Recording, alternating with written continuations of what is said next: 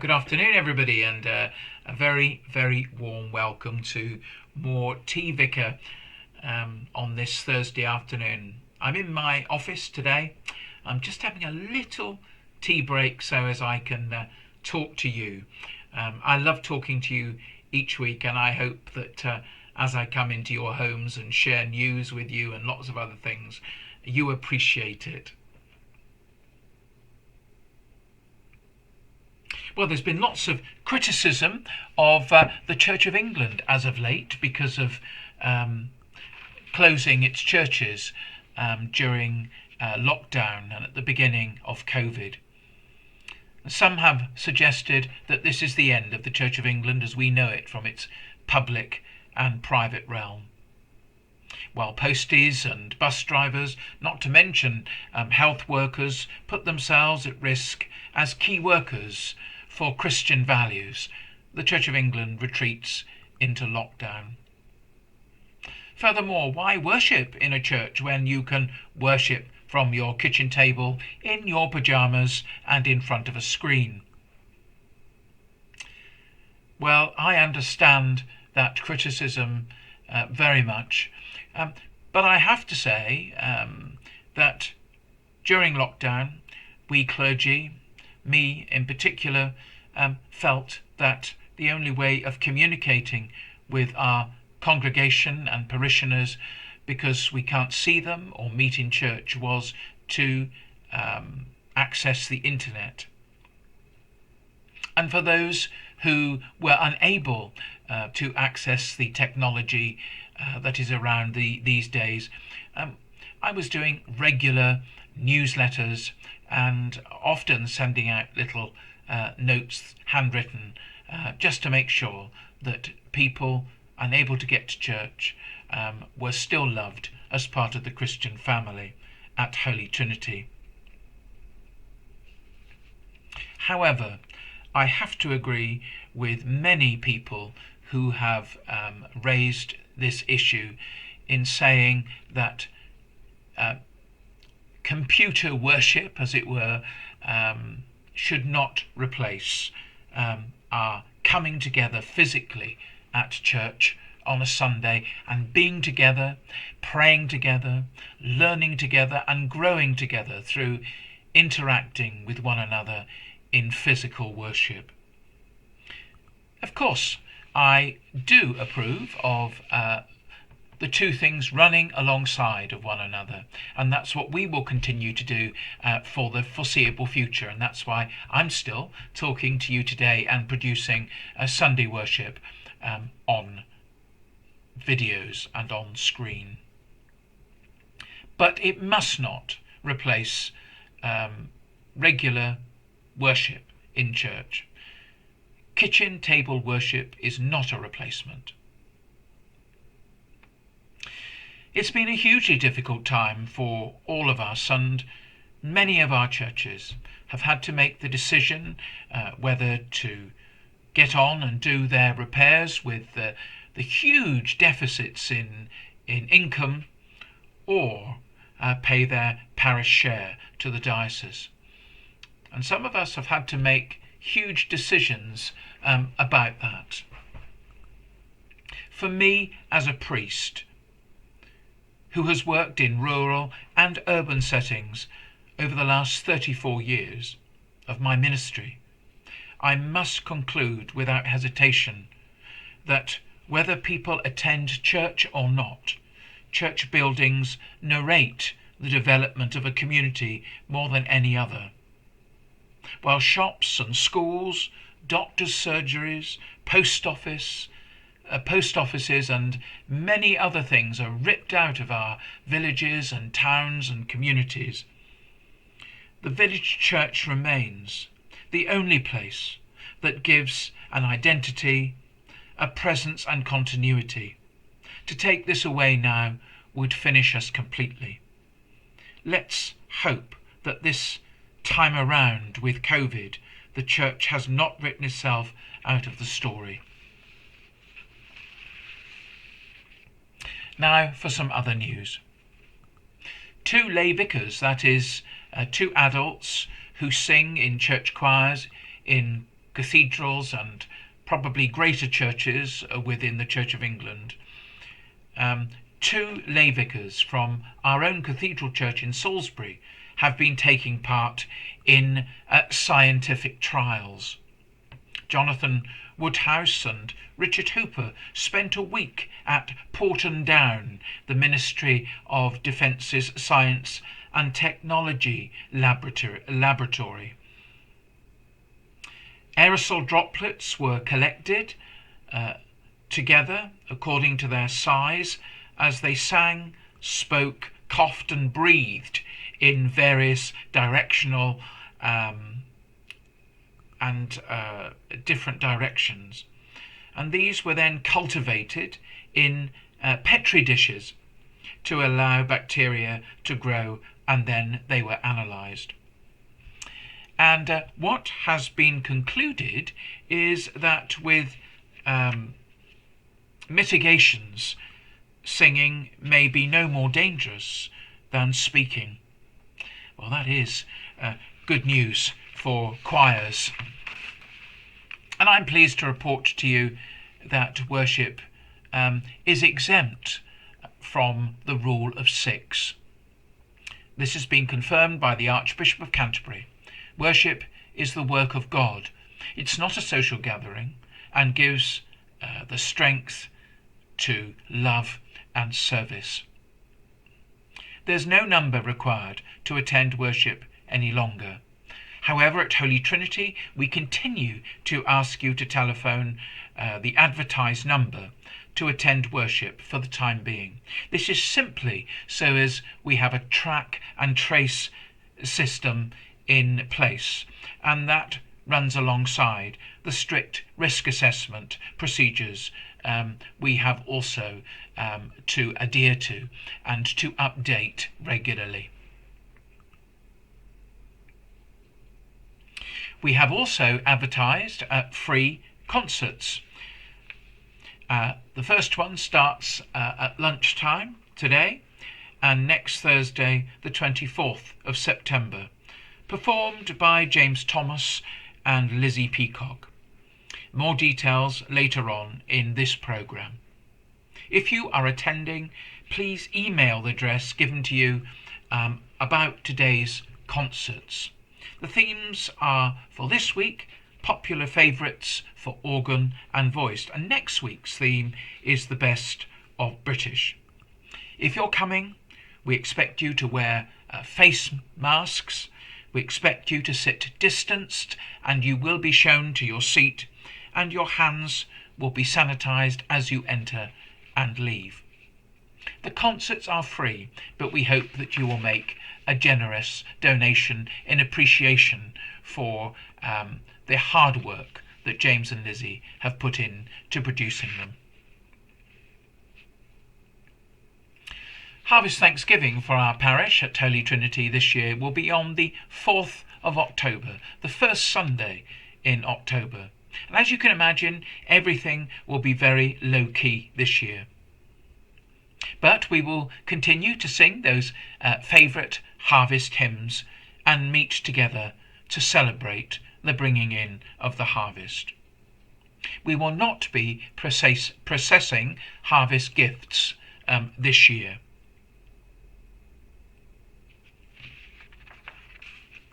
And finally, just to let you know that there will not be a More Tea Vicar presentation next Thursday, the 24th of September.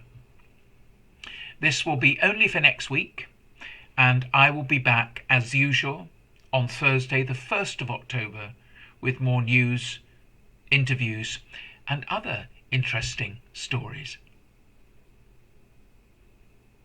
So let's see a little bit more of the detail of those concerts that are taking place at Holy Trinity today and next Thursday, the 24th of September.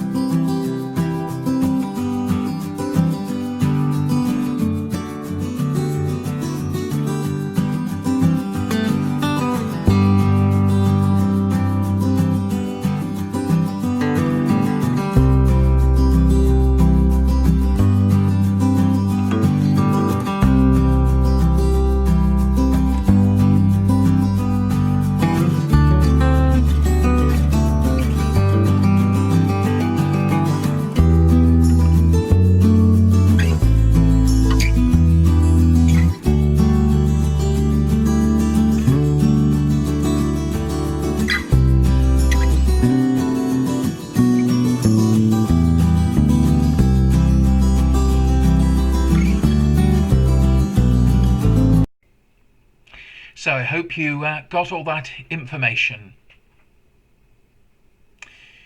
Well, as you know, we closed St Nicholas Church on Buxton Road now well over 2 years ago, nearly 3 actually, and we have been trying desperately to move the whole process forward for sale. After a long period of time, we are now coming to the end of that process, and the site is now to be redeveloped. So I thought today it might be quite nice to hear a little about St Nicholas, its history, and a little trip down memory lane for you all.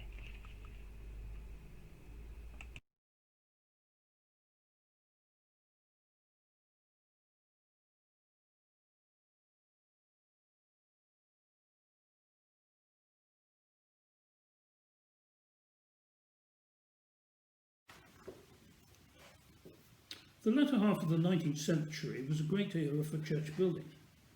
New parishes were being formed to minister to the spiritual needs of the expanding population, and many were initially served by temporary mission churches. Francis Sauter, vicar of Holy Trinity from 1884 to 1890, realised the need to increase the capacity of Holy Trinity Church. He was faced with 2 alternatives. One was to expand on the same site. The other was to build a completely new church on a different site. It was decided to expand Holy Trinity, and this took place in 1886. The population of the parish continued to grow, and it was decided to build an additional church in the southern end of the parish. The increased demand for church buildings had led to a flourishing trade in tin tabernacles, as they were known, corrugated iron flat-pack structures which predated IKEA by a century. Many such buildings from 1863 were manufactured and used in Great Britain and the colonies. They are advertised in catalogues and were considered by traditionalists as a pestilence over the country. A half-acre site on Buxton Road was initially rented for £8 a year, with an option to purchase it. Early in 1894, an iron structure which had served for the previous 10 years as the temporary church of St Mark, Salisbury, was dismantled and bought by Holy Trinity. The cost of purchase, dismantling, re-erection and purchase of a harmonium totaled £290. The church was dedicated on 5th July 1894. Its dedication of St Nicholas revived the name of the medieval chapel that once stood on the site of the old Holy Trinity School in Chapelay at the corner of Dorset Place and Franchise Street, and had been destroyed in the Civil War. There was a real danger that if money to purchase the site was not forthcoming, the building would have to be demolished and the site returned to its owner. However, an appeal from Lewin Weldon, the subsequent vicar, led to sufficient funds becoming available, and the site was purchased in 1904 for £400. By then the building had become too small and was extended to accommodation of 220, and a new outer skin was fitted. Because of the temporary nature of the building, constant renovations had to take place on a regular basis to keep it serviceable, and the parish magazine has numerous references to repairs and renewals being undertaken. By 1952, the neighbourhood of St Nicholas had developed considerably, and it was thought that the building should be used more extensively. However, before this was possible, further repair work was necessary. New electric lighting and heating was installed, and a committee was formed to raise funds, and by October 1952, £500 had been raised. It became apparent that a new outer skin would be necessary as the structure was corroding badly and the draft made heating impossible. Canon David Dicker, who served as curate of Holy Trinity from 1960 to 1963, described in a letter in 2005, his memories of St Nicholas as follows. St Nicholas was a tin tab where in the hailstorm it was like worshipping in a tin can being pelted with stones, and the preacher had generally to go out into the congregation as no one could hear a word you said. One remembers particularly the winter of 1962, when the town was cut off by road and rail, and movement in the town was very difficult and hazardous. And how St Nicholas suffered. Despite every effort, the whole heating system froze solid, and those at worship dressed as for a trip to the Arctic. All until one Sunday at 8 a.m. when the server poured the water onto the pattern at the ablutions, and the water just froze before one's eyes. Closed the church, but the house of Nicholas still held a surprise for us. With the thaw, it was reopened to find the place swimming with water. All the copper piping pipes and joints had failed. Panic! But we were open for worship on the next Sunday. The building was clearly coming to the end of its economic life and required permanent replacement. A number of suggestions had been already put forward. These included one by the rector of White Regis that the building should be erected on an alternative site in the Southlands area, which would be more central to the area it served. Others included the building of a new church using stone from a redundant church, the dismantling of St Martin's Church in Chickwell Road and its re-erection in Buxton Road, and the construction of a hall in which to hold social functions to raise money to hold a permanent church. All these suggestions were subsequently abandoned in favour of a more realistic joint-use building. With the arrival of Canon Ernest Walls as vicar in August 1962, matters took on a new urgency. By October, he wrote in the magazine, "We must not only plan but achieve something soon." And by March 1963, the PCC had agreed to the building of a dual-purpose hall to serve as a church when, as the vicar commented, the present St Nicholas had pulled or blown down. A new church would have cost about £25,000, but there were sufficient funds to build a dual-purpose hall church at a cost of around £8,000. By October that year, construction was underway with a completion date of January 1964, the contractors being Weymouth of Salisbury. The Bishop of Salisbury dedicated the new building on Palm Sunday 1964. Unfortunately, Ernest Walls couldn't be present as he'd been taken seriously ill and subsequently resigned on medical advice. He was succeeded by Richard Sharp, who had served as Holy Trinity's curate from 1940 to 1944 and came from St Mark's, Salisbury. The old church was then demolished and its site became the church car park and garden. Many people have memories of the St Nicholas, of Sunday services and church meetings and social functions and meetings of various organisations which used the hall. The Methodist community used St Nicholas from January 2002,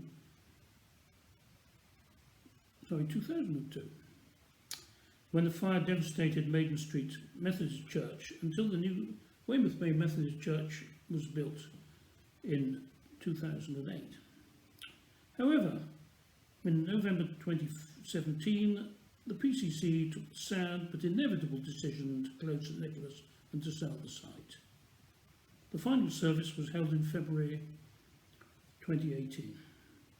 Soon residential property will occupy the site, but memories will linger on.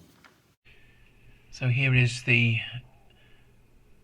first church that stood on the site, the one that was brought here from Salisbury and erected on Buxton Road, which is now the car park of the present derelict church. And here is the Bishop of Salisbury dedicating that building in a very grand looking service to mark the beginning of a ministry. And here is the final service, which was conducted by Canon Andrew Goff, assisted by the Reverend Ruth Milverton, the associate priest, and the Venerable Alan Woods, who was formerly Archdeacon of Gibraltar, who preached on that occasion. And here is St Nicholas as we see it today, as it has now finished its life, and the whole site now to become a plot for affordable housing. At the time when we closed, Procol Church Council said after much consultation and debate, they agreed to think about moving Christian priorities for the future to the centre of the parish at Holy Trinity, as congregations were dwindling and the building at St Nicholas needed so much work doing on it.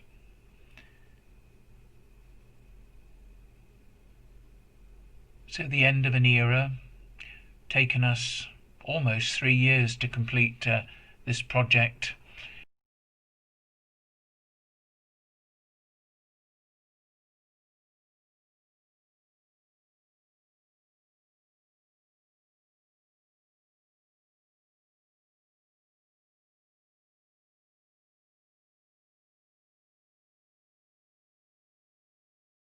Well, thank you very much, Jeff, for that presentation on the history of St Nicholas, Buxton Road.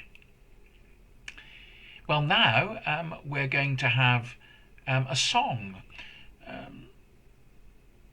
which is really a very, very important prayer. It's one that has already been appeared on Vicar, but by popular request I've been asked to put it on again. So this is Lizzie Peacock with James Thomas singing Ave Maria.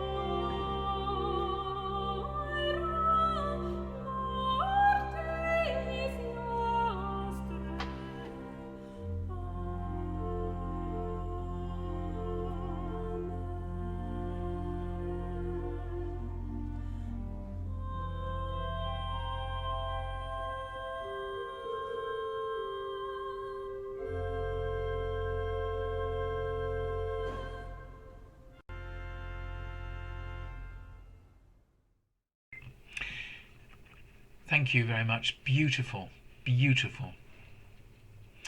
Well, this year commemorates the 400th anniversary of the sailing of the Pilgrim Fathers on the Mayflower to the new land in the States. And I have been in great Torrington, finding out about another Mayflower. Hope you enjoy it.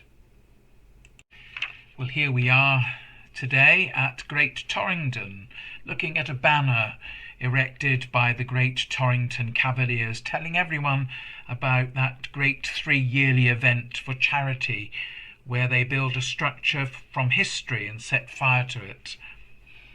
And this year it is the great ship, the Mayflower, you can see it here, which sailed from Plymouth 400 years ago.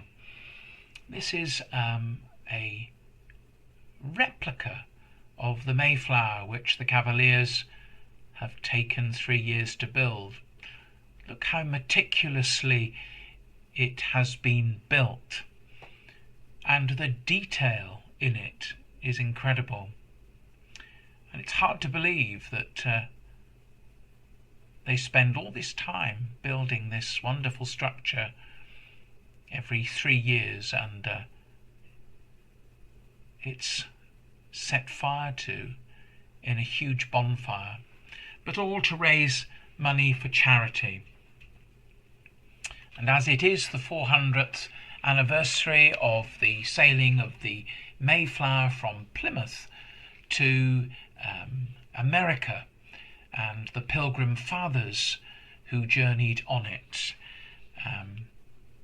it seemed appropriate for the Cavaliers to build this. Unfortunately, the event has been postponed till 2021 because of COVID, and so this wonderful structure gets to be in place and viewed by thousands of people for another year before it goes up in smoke. The Cavaliers were born in 1970, and they donate and raise money for local charities. But this event, the bonfire, the themed bonfire, every 3 years is the great money raising event.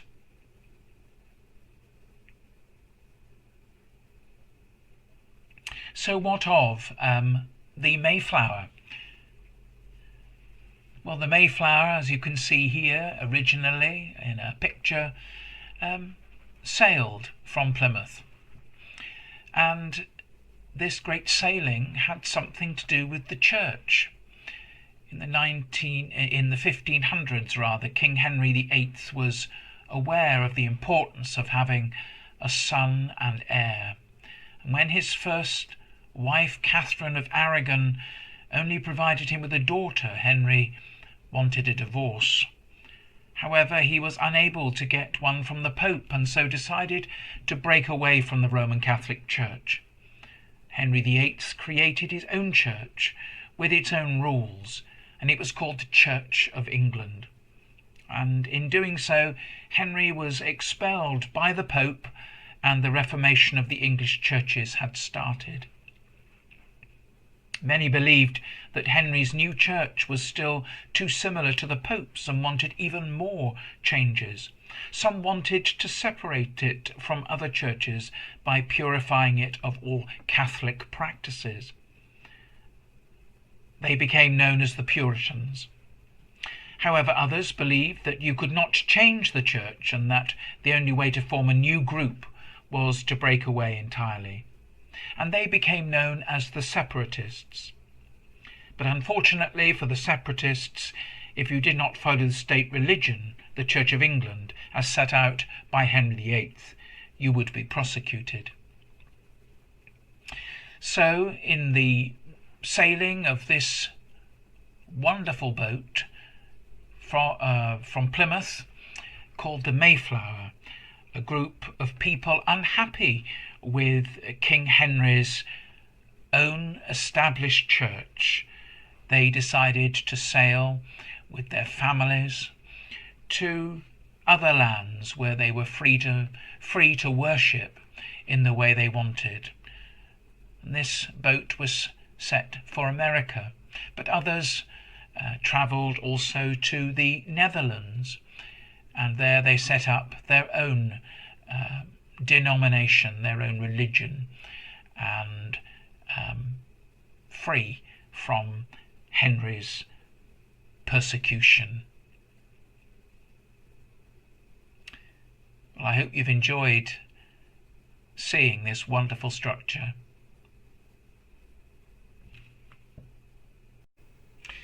I hope you enjoyed that. It's amazing structure to see, and well done to the great Torrington Cavaliers. Well, now it's time today for our hymn. If you're at home and you have a hymn book, or even you probably may even know it off by heart, please join in this hymn of worship. This is hymn 217, Be Thou My Guardian.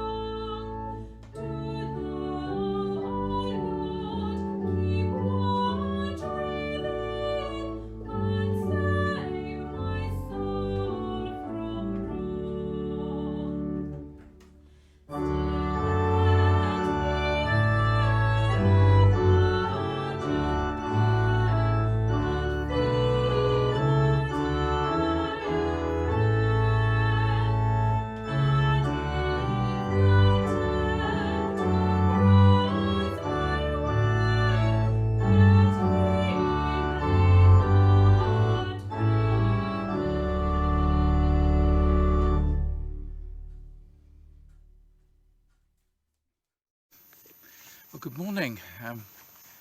It's been a very stormy few days here in Devon, and you can see trees that have been blown down, and also branches scattered everywhere.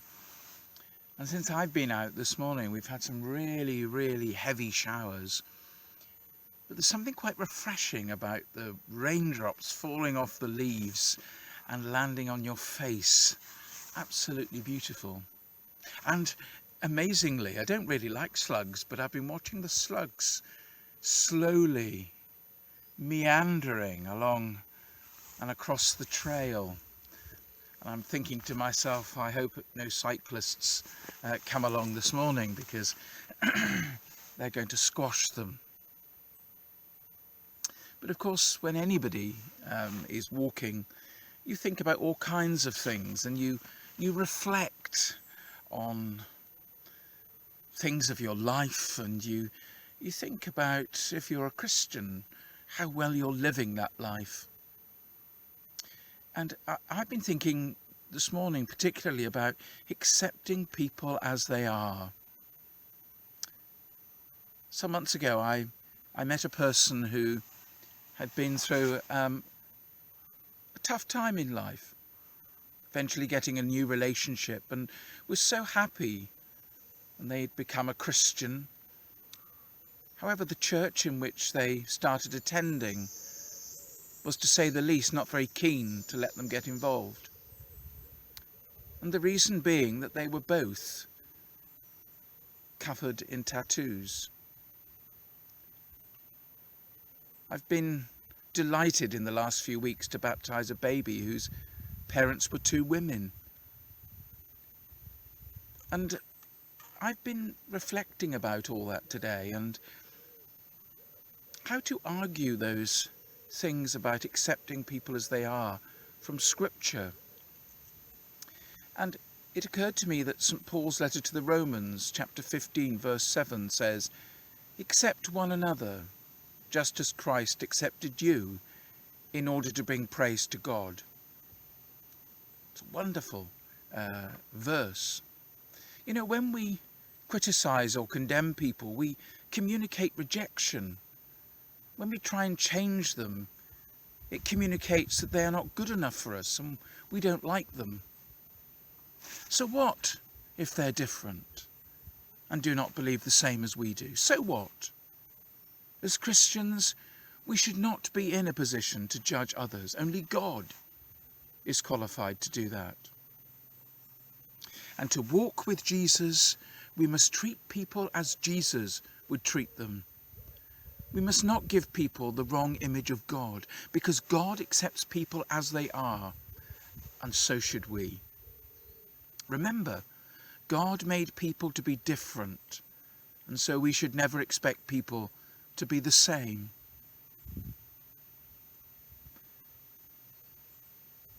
That quote from Scripture again. Accept one another, just as Christ accepted you, in order to bring praise to God. Wow. Well, that's going to feed me for today. And I'm off again now. I'll speak to you soon.